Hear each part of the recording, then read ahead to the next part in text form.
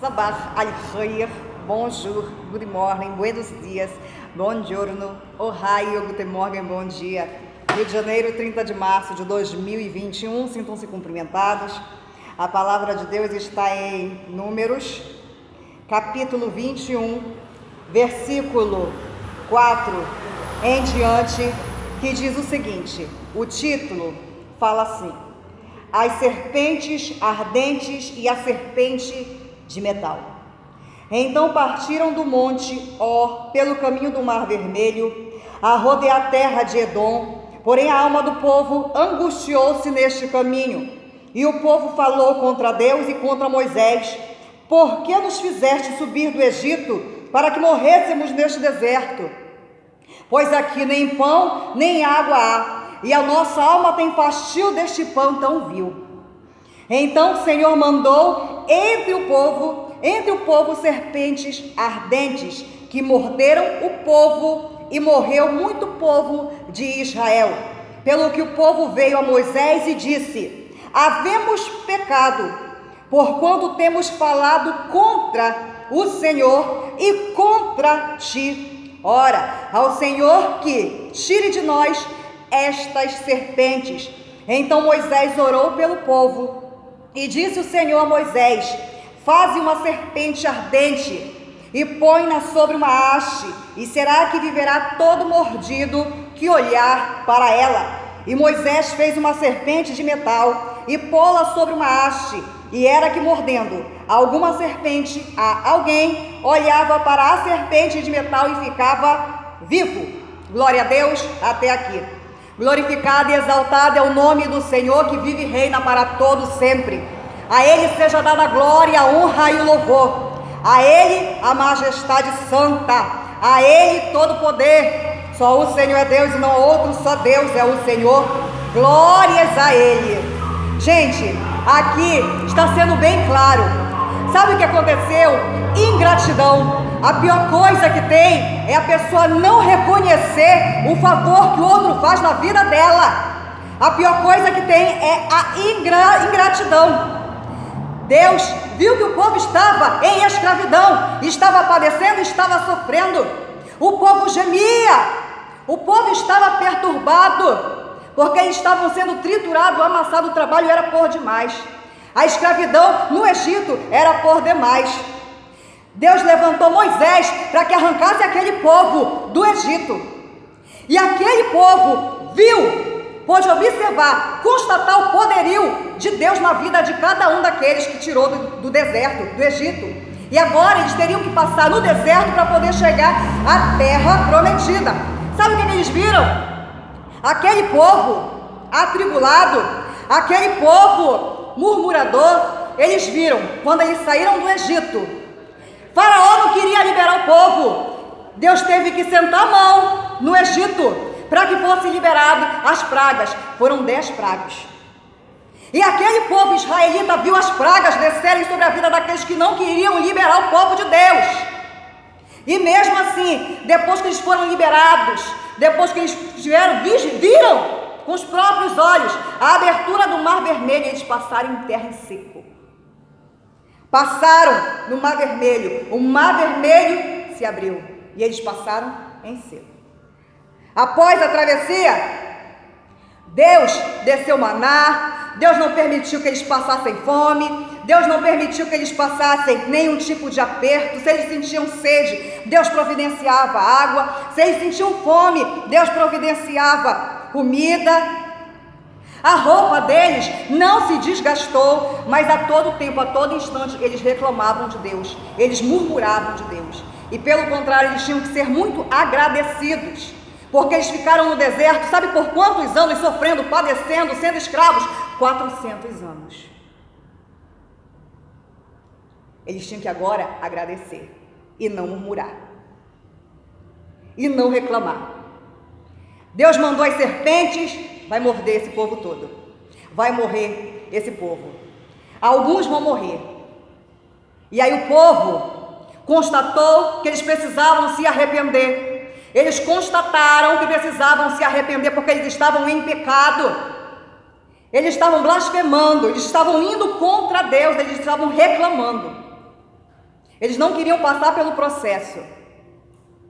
Os mal agradecidos. Sabe o que acontece? Eles não estavam vendo a bondade de Deus em todo o tempo a favor deles. Vamos agora aqui para Jó. Jó era diferente. Jó era um homem rico. Jó estava liberto, ele estava livre, não estava em cativeiro, não era escravo. Era o homem mais rico do Oriente e era temente a Deus. Homem reto, íntegro, temente a Deus e se desviava do mal. E sabe o que Deus fez?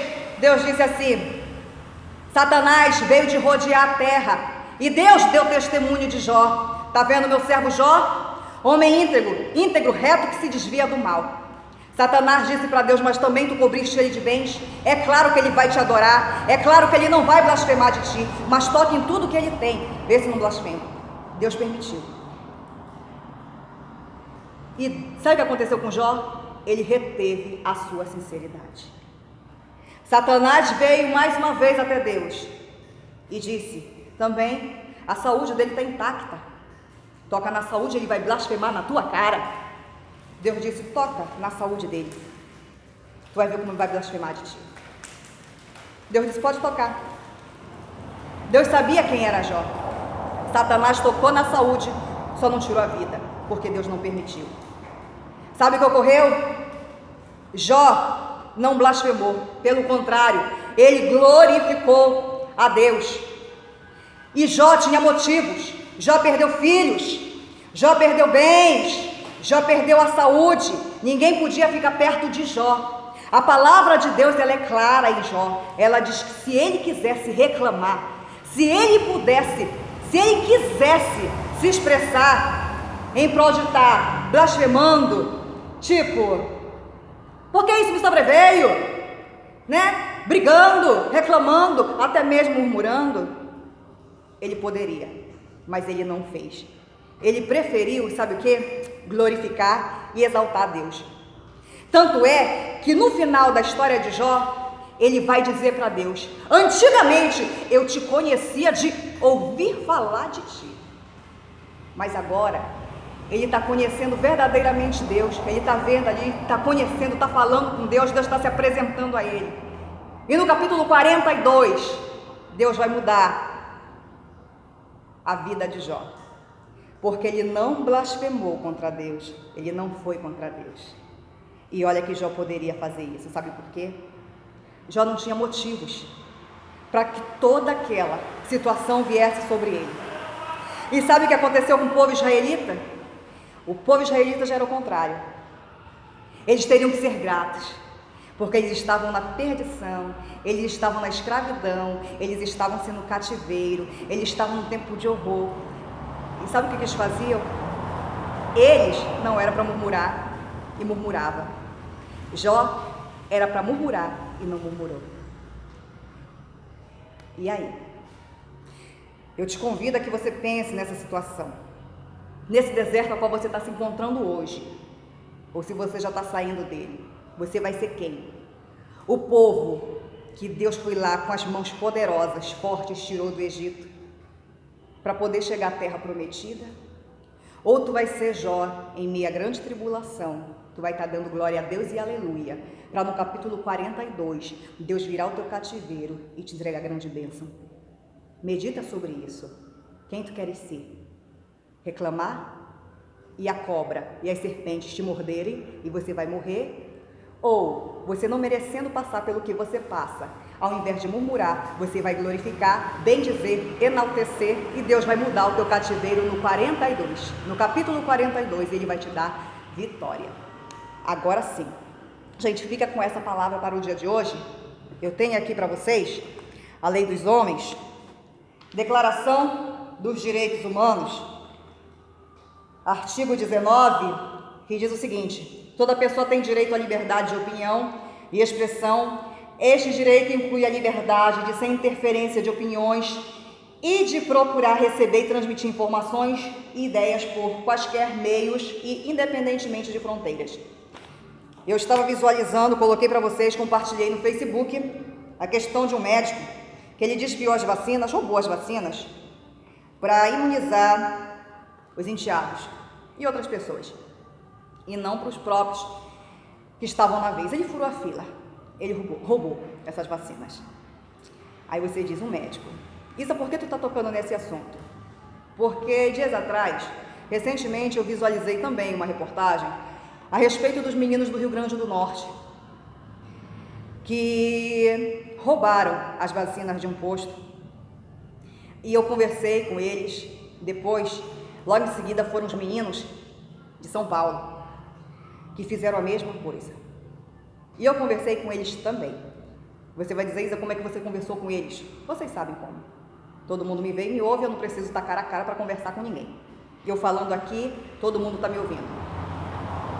E eu me direcionei a cada um deles e eu expliquei por A mais B o porquê de não poder roubar as vacinas.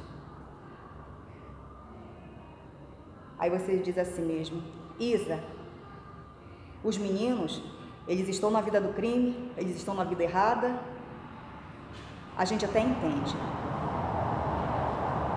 E o médico, que sabe que não pode fazer e faz, sabe o que é isso? É que não tem temor, é porque não tem amor, é porque ele quer olhar somente para o seu umbigo.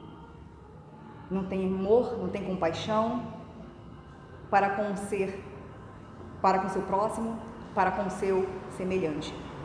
Ele visa, primeiro, venha a nós, venha a nós, venha a nós. Vosso reino, depois. Não faz parte da minha família? Você não faz parte dos meus interesses? Que se lixe. Você é um despreparado, um idiota, que é tão triste, né? Um profissional como você, como o senhor, ter que se prestar a esse tipo de coisa. Fica tão feio. Depois, como é que a gente vai chamar a atenção dos meninos se de quem a gente tem que ter exemplo faz coisas piores? Vamos às palavras de dicionário? Entabular, cobrir, formar, revestir de tábua, preparar, pôr em ordem. Lacerante, que lacera, aflitivo, tormentoso. Fiquem com Deus.